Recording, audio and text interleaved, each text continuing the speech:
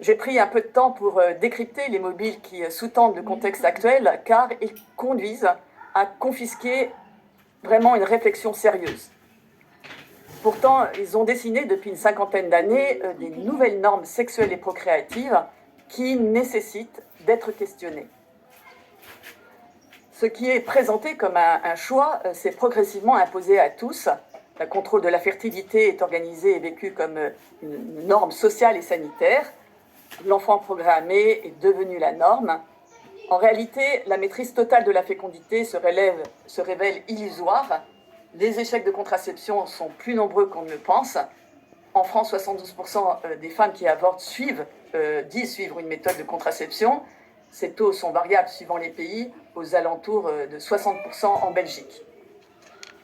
Résultat, la plupart des grossesses inattendues surviennent ainsi par oubli de pilule, mauvais usage du préservatif ou grossesse qui aussi se poursuivent sous pilule, patch ou stérilet.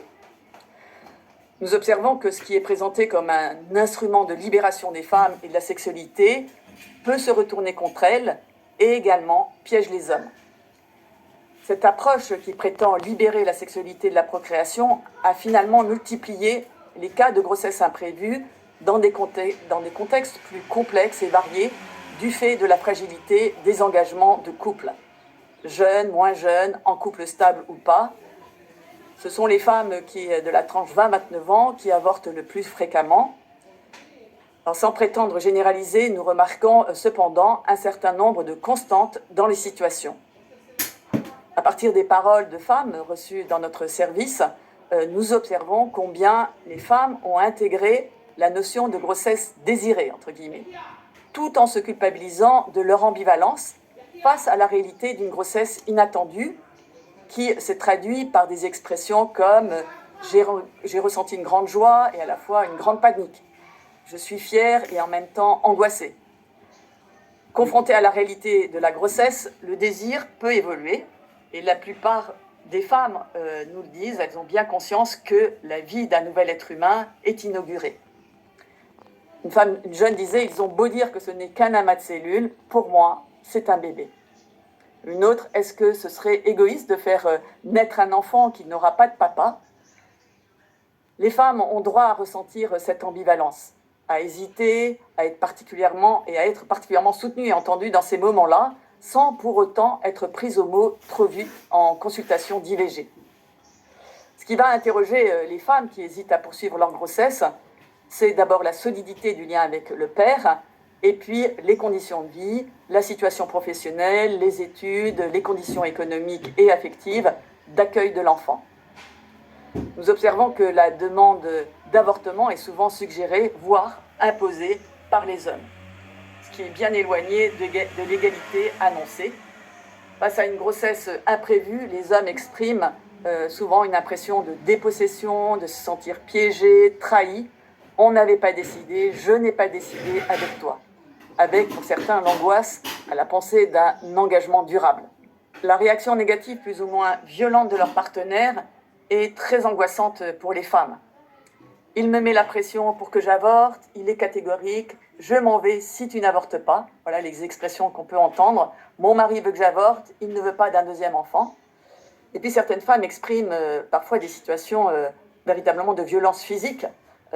Quand elles nous disent « il me menace d'avorter, sinon il me le fera payer, j'ai peur pour ma sécurité et celle de mon enfant », ou encore « il m'a jeté dehors et m'a menacé de venir me frapper jusqu'à ce que je perde l'enfant si je décide de le garder ».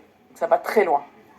En fait, le lien entre IVG et violence est peu étudié. Très peu de médecins posent systématiquement la question des violences aux femmes réalisant une IVG. Or, on sait que pour 40% des femmes concernées chaque année par des violences du conjoint, celles-ci ont débuté à la première grossesse. On voit bien que, alors qu'on prétendait les libérer, les femmes sont bien souvent sommées de choisir entre le conjoint et le bébé, et presque leur vie et le bébé.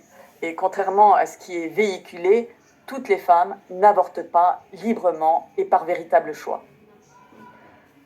Outre la pression du compagnon ou de l'entourage pour les plus jeunes, beaucoup de femmes qui s'adressent à notre service d'écoute confient se tourner vers l'IVG à contre-cœur par de perdre leur emploi ou pour des raisons financières ou peur de l'avenir.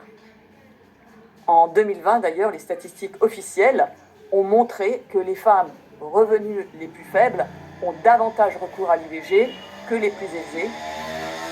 On voit combien l'avortement s'avère en réalité un marqueur d'inégalité sociale qui devrait préoccuper les pouvoirs publics. La sénatrice Laurence Rossignol, plaidant pour un renforcement de la loi sur l'avortement en 2021, reconnaissait pourtant ces situations. Elle disait que certaines femmes peuvent être confrontées à des changements importants dans leur situation matérielle, sociale, affective, qui ne leur permettent plus de poursuivre leur grossesse. Séparation, exclusion familiale, perte d'emploi ou de logement. Son plaidoyer, pourtant, était orienté uniquement vers l'accès facilité à l'avortement. Car si la femme n'est pas clairement décidée à poursuivre la grossesse, rien n'est proposé en termes de soutien au prétexte de ne pas l'influencer, mais aussi sous la menace d'un délit d'entrave. En fait, les femmes confirment finalement la pauvreté des échanges lors des consultations d'IVG. Elles se sentent souvent ignorées dans leur détresse. Et dans beaucoup de cas, l'avortement ne se présente pas comme une liberté, mais vraiment comme un devoir. Pourtant, il est reconnu que l'avortement n'est pas un acte anodin, et c'est cette expression qui est reprise régulièrement dans les débats. Tout un courant de la psychologie tente de justifier en proposant aux femmes de donner un sens à l'avortement pour éviter toute culpabilité. Pourtant, nous constatons qu'étouffer les pressions, les malentendus et les conflits intérieurs qui peuvent conduire à l'IVG constitue une forme de violence psychique à dénoncer pour éviter le plus possible ces situations. En conclusion, que l'avortement soit considéré comme une liberté ou non, et même si les oppositions sur ce sujet demeurent irréductibles, cela ne doit pas empêcher notre société de protéger les femmes qui veulent et pourraient éviter l'IVG. Tout un champ de la prévention et de l'avortement, par l'accompagnement, le soutien, l'écoute, pourrait contribuer à résoudre un grand nombre de drames personnels en présentant aux femmes d'autres perspectives que l'avortement. C'est en cette direction que nous œuvrons à Evita. Et puis nous voyons une évolution pointée. Une jeune génération de femmes remet en cause les normes en matière de sexualité et de procréation.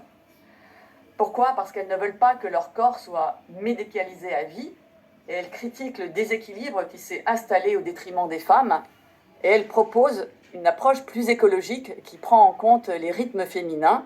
Alors, cela demande d'impliquer les hommes dans le respect de la temporalité du corps des femmes. Voilà un enjeu social et écologique qui pourrait renouveler le rapport à la sexualité et à la vie, et dans une approche d'une maternité et d'une paternité authentiquement responsables.